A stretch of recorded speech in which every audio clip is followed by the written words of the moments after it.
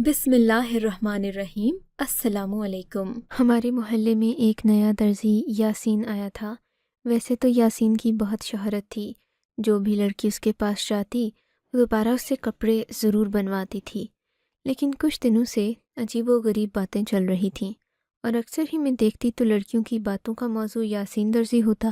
خیر میں نے اس بات کو زیادہ نوٹ نہیں کیا تھا، کیونکہ وہ باتیں کرنے والی تقریباً سبھی بوڑھی عورتیں ہوتی تھیں۔ کبھی کسی جوان لڑکی نے درزی یاسین کا ذکر نہیں کیا تھا، سو میں نے بھی زیادہ دھیان نہیں دیا۔ پر ایک دن تو حد ہی ہو گئی۔ میری چچا کی بیٹی، جو کہ کراچی میں رہتی تھی اور ایک میڈیا ہاؤس میں نوکری کرتی تھی، مجھ سے کہنے لگی، سنا ہے تمہارے محلے میں کوئی یاسین درزی رہتا ہے؟ میں نے کہا، وہاں یاسین درزی کی خبر کراچی تک بھی پہنچ گئی؟ تمہیں کس نے بتایا؟ بھائی میں تو اس محلے میں رہتی ہوں، میں نے اسے کبھی کپڑے نہیں بنوائے، نہ ہی مجھے لگتا ہے کہ اس کے کپڑے بنانے میں کوئی اتنی خاص بات ہے۔ اماں نے بنوائے تھے، اماں نے بنوائے تھے، اس نے قمیض کا حال خراب کر دیا تھا۔ پتہ نہیں لڑکیوں کو کیا ہو گیا ہے، ہر لڑکی یاسین درزی کے پاس ہی جا رہی ہے، اس سے کپڑے سلوا رہی ہے۔ میری چچا ساتھ بہن یہ سن کر ہنس پڑی اور بولی، پاگل ہو گئی ہو کیا؟ کپڑے سلوانے اتنا زیادہ درزی کے پاس کوئی نہیں جاتا۔ دراصل درزی یاسین کی شہرت کی وجہ کچھ اور ہے، اور وہ تم سنو گی نا تو تمہارا منہ کھلے کا کھلا رہ جائے گا۔ میں نے کہا، صبا تم بھی عجیب باتیں کر رہی ہو، اب پہیلیاں مت بجھواؤ اور صاف صاف بتاؤ کہ تم نے کیا سنا ہے درزی یاسین کے بارے میں، جو تم وہاں سے فون کر کے مجھے اس کے بارے میں پوچھ رہی ہو۔ تمہیں میرا تو کبھی خیال نہیں آیا؟ بولی کہ یہ تو میں تمہیں وہاں آ کر بتاؤں گی، میں جہلم آ رہی ہوں، اگلے ہی ہفتے آؤں گی، پھر تم سے تفصیل سے بیٹھ کر بات چیت کروں گی۔ تمہیں پتہ ہے آج کل میں بہت مصروف ہوں، پرائم ٹائم چل رہا ہے، مجھے وقت ہی نہیں ملتا، بس تھوڑی سی تحقیق کرنے کے لیے جہلم آؤں گی۔ میں نے ویسے بھی آنا ہے، کچھ چیزیں خریدنی ہیں جو کہ جہلم سے ہی ملیں گی، اسی بہانے میں یاسین درزی کے پاس بھی چلی جاؤں گی، کیا کہتی ہو؟ میں نے کہا، ٹھیک ہے، اگر تم بھی یاسین درزی کی مرید ہو ہی گئی ہو تو میں کیا کر سکتی ہوں، جب دل چاہے آ جانا۔ میری بات سن کر اس نے فون کاٹ دیا۔ اگلے دن میں اپنے کاموں میں مصروف ہو گئی، لیکن اسی دن ایک اور انوکھا واقعہ ہوا۔ ہمارے گھر کے دروازے پر گھنٹی بجی، میں نے جا کر دروازہ کھولا تو سامنے بوا حمیدہ کھڑی تھی۔ اس نے ہاتھ میں مٹھائی کا ٹوکرا اٹھا رکھا تھا، کہنے لگی، تمہاری ماں کہاں ہے؟ میں نے کہا، اماں تو اندر سو رہی ہیں۔ بولی کہ جلدی کرو، اسے کہو کہ میرے ساتھ چلے، نازیہ کے گھر میں بیٹا ہوا ہے، ہم نے مٹھائی بانٹنے جانا ہے، اور خاص کر درزی یاسین کو تو ضرور مٹھائی کھلانی ہے، بھائی سارا کمال ہی اسی کا ہے۔ میں حیران ہو گئی، مجھے تو ان پر ہنسی آنے لگی۔ میں نے کہا، ہمیں تو ایک بات کہوں؟ بولی کہ ہاں ضرور۔ میں نے کہا، کمال تو نازیہ کے شوہر کا ہے، اس میں درزی کا کیا کمال ہوا؟ انہوں نے مجھے غصے سے دیکھا اور بولی، آج کل کی لڑکیاں بہت بے شرم ہو گئی ہیں، انہیں اپنے سے بڑوں سے بات کرنے کی تمیز ہی نہیں رہی۔ ہم ہوتے تھے تو ایسی باتوں پر شرما کر گھر سے ہی باہر چلے جاتے تھے یا کسی کونے میں چھپ جاتے تھے، پر آج کل کی لڑکیوں میں تو حیا نام کی چیز نہیں۔ میں تو ان کی باتوں سے شرمندہ ہو گئی تھی۔ میں نے جا کر اماں کو اٹھایا، اماں بھی خوش ہو گئیں کہ نازیہ کے ہاں بیٹا پیدا ہوا ہے۔ ہم جا کر محلے میں مٹھائی بانٹ گئے۔ میں نے کہا، اماں آپ لوگ تو ایسے کہہ رہے ہیں جیسے نازیہ کا بیٹا پیدا کرنے کے لیے آپ سب لوگوں نے مل کر کوشش کی تھی، ایسا بھی کیا ہو گیا؟ اماں مجھے گھور کر بولی، تجھے نہیں پتا اس کے ہاں 10 سال بعد بچہ پیدا ہوا ہے، اور وہ بھی یاسین درزی کی وجہ سے ہوا ہے۔ تمہیں پتہ ہے اس بیچاری کے ہاں بیٹا پیدا نہیں ہو رہا تھا، 3 سال سے اس کی بیٹیاں ہی شادی کر لیتا کہ بیٹا پیدا ہو، بس اسی وجہ سے محلے کی سبھی عورتیں اس بیچاری کے لیے پریشان تھیں۔ پھر وہ یاسین درزی کے پاس گئی تو اس کا مسئلہ حل ہوا۔ چلو ہٹو، مجھے جانے دو۔ حمیدہ بوا بھی بیچاری انتظار کر رہی ہوگی میرا، اسے بھی بہت فکر تھی نازیہ کی۔ ارے ہم محلے والے نازیہ کی فکر نہیں کریں گے تو کون کرے گا؟ اماں اٹھ کر پیروں میں جوتیاں ڈالتی گھر سے نکل گئیں۔ میں حیران ہی رہ گئی کہ آخر یاسین درزی کا بیٹا پیدا ہونے میں کیا کمال ہے، لیکن زیادہ سوال نہیں کر سکتی تھی۔ مجھے اپنی چچا زاد بہن صبا کی بات یاد آئی، جو یاسین درزی کی شہرت کا ذکر کر رہی تھی۔ میں سمجھ گئی کہ شاید وہ اسی شہرت کا کہہ رہی ہوگی، لیکن یاسین درزی کون سا کوئی ڈاکٹر تھا جس نے بیٹا پیدا کرنے کے لیے کوئی تگ و دو کی ہوگی؟ ضرور کوئی نہ کوئی جھوٹ ہی ہوگا۔ میں یہ سوچ کر اپنے کام میں مصروف ہو گئی تھی۔ ہفتہ کیسے گزرا پتہ ہی نہیں چلا۔ ہفتے بعد میری چچا زاد صبا جہلم اقبال کرنے گئی تھی۔ ہماری ملاقات 3 سال کے بعد ہوئی تھی۔ وہ یہاں سے نوکری کرنے کراچی چلی گئی تھی۔ اس کے بعد میں آج اسے دیکھ رہی تھی، بہت بدلی ہوئی لگ رہی تھی۔ میں نے کہا مجھے تو پتہ ہی نہیں تھا کہ تم اتنی بدل جاؤ گی۔ وہ واقعی بہت ماڈرن ہو گئی تھی، اس نے کپڑے بھی ماڈرن قسم کے پہن رکھے تھے۔ اسے دیکھ کر لگ رہا تھا کہ اب وہ ایک مکمل صحافی بن چکی ہے۔ میں اسے اندر لے کر آ گئی، ہم لوگوں نے کھانا کھایا، بات چیت کی۔ تب اس نے یاسین درزی کا ذکر چھیڑ دیا۔ اچھا تم بتاؤ نا، یاسین درزی کے پاس خود کبھی گئی ہو؟ اس نے بڑی دلچسپی سے پوچھا تھا۔ نہیں یار، میں تو درزن سے کپڑے سلواتی ہوں، مجھے کبھی مرد درزی کے پاس جانے کا اتفاق ہوا ہی نہیں، اور یاسین درزی تو مجھے زہر لگتا ہے، اس کی وجہ سے 2-3 بار میری بے عزتی ہو چکی ہے۔ مجھے کیا ضرورت ہے اس درزی کے پاس جانے کی؟ ویسے بھی تمہیں تو پتہ ہے میں زیادہ تر بنے بنائے کپڑے لیتی ہوں۔ میری بات سن کر صبا کہنے لگی، ارے پاگل، میں اس کے پاس کسی اور وجہ سے جانا چاہتی ہوں۔ تمہیں نہیں پتہ وہ عورتوں میں بڑا مقبول ہو رہا ہے، اور مقبول جس وجہ سے ہو رہا ہے وہ جان کر تمہارے قدموں تلے سے زمین کھسک جائے گی۔ اچھا اب زیادہ پہیلیاں مت بھجواؤ، مجھے جلدی سے بتاؤ کہ بات کیا ہے، اور تم یاسین درزی کے لیے کراچی سے کیوں آئی ہو؟ ہم اس کے پاس چلتے ہیں، میں نے سنا ہے کہ وہ عورتوں کا علاج کرتا ہے جس سے ان کے ہاں بیٹا پیدا ہوتا ہے۔ تم خود ہی بتاؤ کہ یہ بھلا ممکن کیسے ہے؟ مجھے تو لگتا ہے یہ ضرور کوئی نہ کوئی چکر کر رہا ہے، اور یہ صرف درزی نہیں ہے، یا تو یہ کوئی بہت ماہر ڈاکٹر ہے یا اس کے پیچھے کوئی بہت بڑی کہانی ہے۔ میں نے کہا صبا، تمہیں تو ہر چیز میں ایک کہانی ہی نظر آتی ہے، فی الحال تم اس درزی کو رہنے دو، یہاں پر کچھ دن آئی ہو تو آرام کرو۔ کہنے لگی نہیں، میں تو خاص کر آئی ہی اسی درزی کی شہرت کو سن کر ہوں۔ میں جاننا چاہتی ہوں کہ آخر وہ کس طریقے سے علاج کرتا ہے جس سے کہ وہ عورتوں کے ہاں بچے پیدا کرواتا ہے۔ میں چپ ہو گئی، بچے پیدا کرواتا ہے؟ میں چپ ہو گئی، میں نے کہا یہ ساری بس جھوٹی باتیں ہیں، تم ان پر دھیان نہ دو۔ بولی کہ کیسے دھیان نہ دوں؟ اس درزی کی شہرت تو اب جہلم سے نکل کر راولپنڈی، اسلام آباد، آس پاس کے علاقوں میں بھی پھیل رہی ہے، لوگ اس کے پاس دھڑا دھڑ آ رہے ہیں، اور میں یہ جاننا چاہتی ہوں کہ ایسا ممکن ہی کیسے ہے۔ چلو چل کر اسے ایک بار انٹرویو تو کرتے ہیں۔ میں اس کے ساتھ ہو لی تھی۔ صبا نے اپنا کیمرہ اٹھایا اور ساتھ ہی مجھے لے کر درزی کی دکان پر پہنچ گئی۔ ہم لوگ جب پوچھتے پاچھتے یاسین درزی کی دکان پر گئے، وہ ہمیں دیکھتے ہی پہچان گیا کہ یہ لوگ میڈیا والے ہیں۔ جب مجھ سے صبا نے پہلا سوال کیا کہ آپ کا نام کیا ہے، تو کہنے لگا کہ باجی، مجھے کیمرے میں انٹرویو دینے کا کوئی شوق نہیں ہے، آپ بنا اجازت کے اس طرح میری دکان میں داخل ہو کر مجھ پر کیمرہ نہیں تان سکتی، اسے نیچے کیجیے، پھر بات کرتے ہیں۔ یاسین درزی بھی بڑا چالاک نکلا تھا۔ صبا اس سے بات کرنا چاہتی تھی، لیکن اس نے گھما پھرا کر کوئی بھی بات نہیں کی۔ جب صبا نے پوچھا کہ سنا ہے آپ عورتوں کا علاج کرتے ہیں، کہنے لگا کہ آپ نے غلط سنا ہے، میں کسی قسم کے علاج کو نہیں جانتا۔ آپ کو لگتا ہے کہ کسی خوش فہمی یا غلط فہمی کی وجہ سے یہاں پر آنے کا موقع مل گیا ہے، ورنہ تو میں ایک معمولی سا درزی ہوں، مجھے کیا پتہ ہے کہ عورتوں کا علاج کیسے ہوتا ہے۔ میں عام غریب سا بندہ ہوں، آپ مجھے تنگ کر رہی ہیں۔ اس کی تو باتیں ایسی تھیں کہ صبا کا منہ کھلے کا کھلا رہ گیا۔ کہنے لگی کہ بھائی یہ بندہ تو میری سوچ سے بھی زیادہ چالاک ہے۔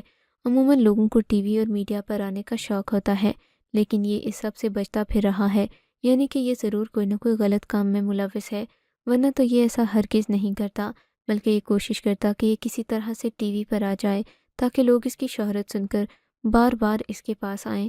لیکن مجھے یہ لگتا ہے جیسے یہ کوئی غلط کام کر رہا ہے اور اس کی وجہ سے چھپنا چاہتا ہے، بس تبھی تو تمہیں یہ یہاں پر اس طرح کے ناٹک کرتا نظر آیا ہے۔ میں سمجھ گئی ہوں کوئی عام درزی نہیں ہے۔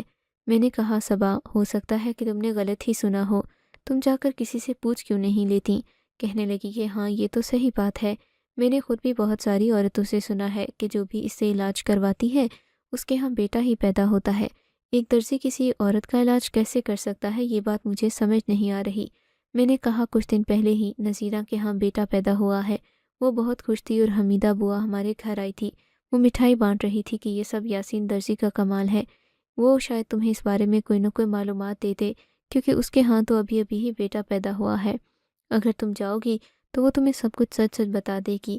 صبا اس بات پر بہت خوش ہوئی، بولی کہ بس ٹھیک ہے، ہم نازیہ کے گھر چلتے ہیں، نازیہ تمہیں جانتی تو ہے نا؟ میں نے اس بات میں سر ہلا دیا۔ ہاں ہاں، وہ مجھے اچھی طرح جانتی ہے، تم بالکل بھی فکر نہیں کرو، وہ تمہیں ساری بات سچ سچ بتائے گی، اور پھر ساتھ ہی ہم اس کی مدد بھی لے لیں گے۔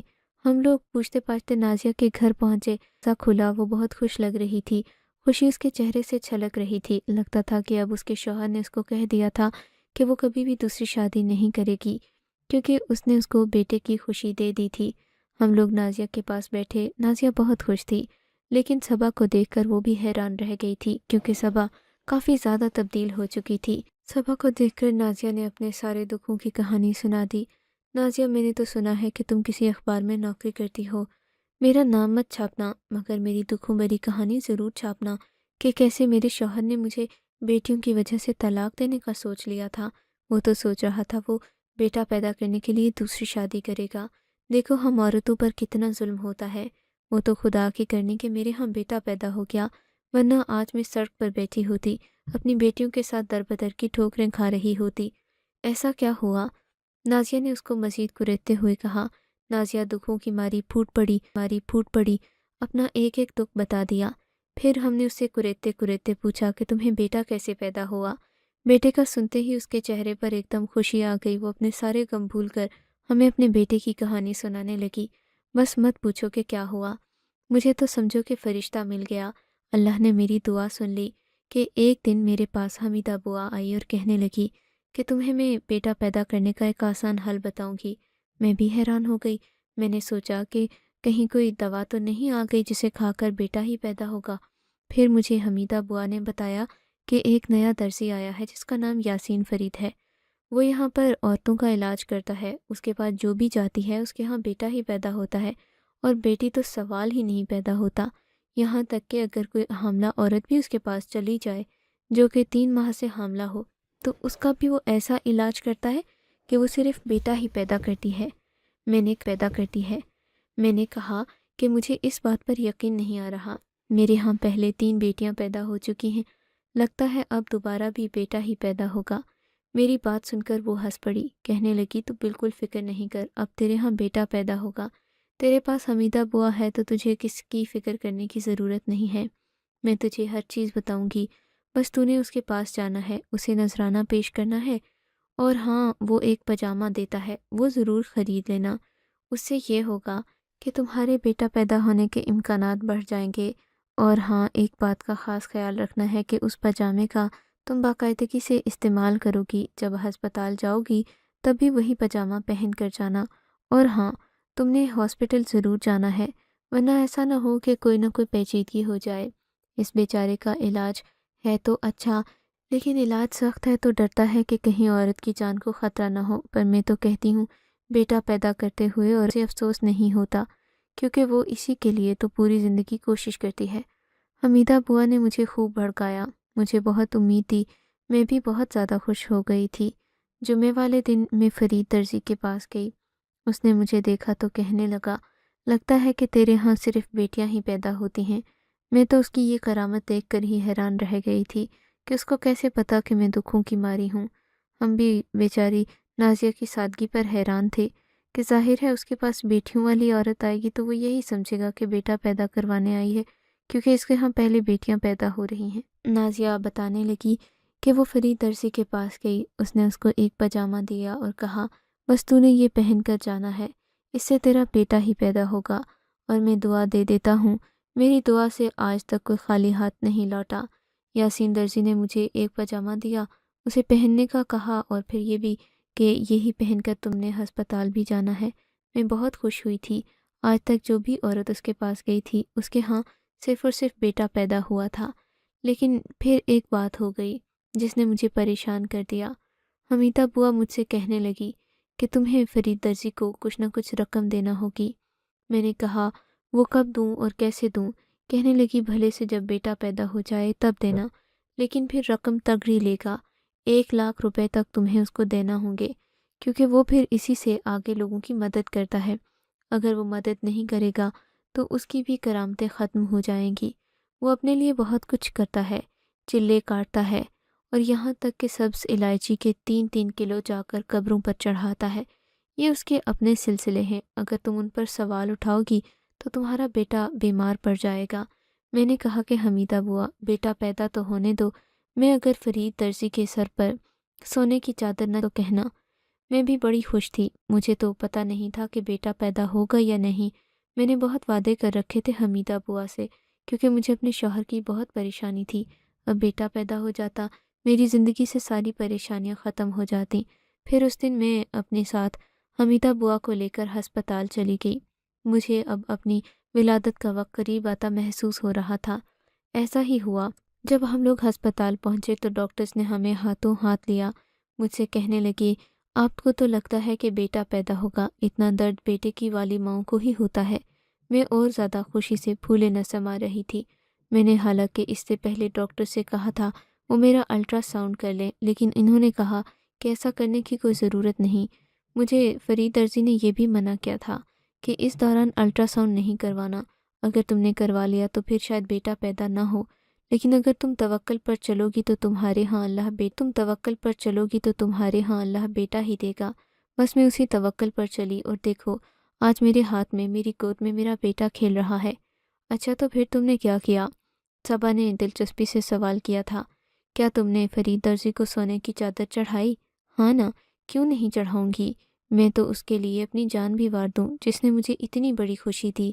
اسی کے علاج کی وجہ سے تو آج میں اپنے شوہر کی نظروں میں معتبر ہوئی ہوں، ورنہ اگر میں اسے وارث نہ دیتی تو وہ مجھے یہاں سے ہی نکال دیتا۔ یہ کہہ کر نازیہ پھر سے رونے لگی۔